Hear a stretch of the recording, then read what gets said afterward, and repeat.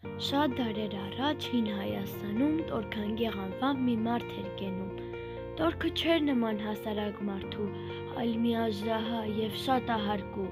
աչքերը կարծես մի կապույտ ծով ճաճանչավորված արևի լույսով, սև ունքերը մութ ամպի նման, բարդ կուտակված աչքերի վրան,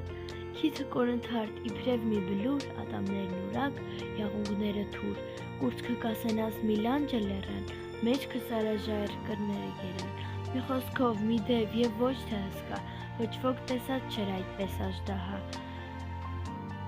Տգեղ էր դեմքը և այնքան դաժան, որ զարհուրում էր ով նայում էր վրան, ահռելի էր նա և այնքան ուժեղ, որ 50 գոմեզ չունեին մեկտեղ։ Մեկին տեսնում եմ այնտեղ երազում, որպես թե մի խոր ձորում է կենում, ինձ նման անբախտ, ինձ նման մենակ, բայց ոչ ինձ նման տգեղ այլանդակ։ Նա գեղեցիկ է և շատ գեղեցիկ, ինչպես նոր ծագած կարմիր արևիկ։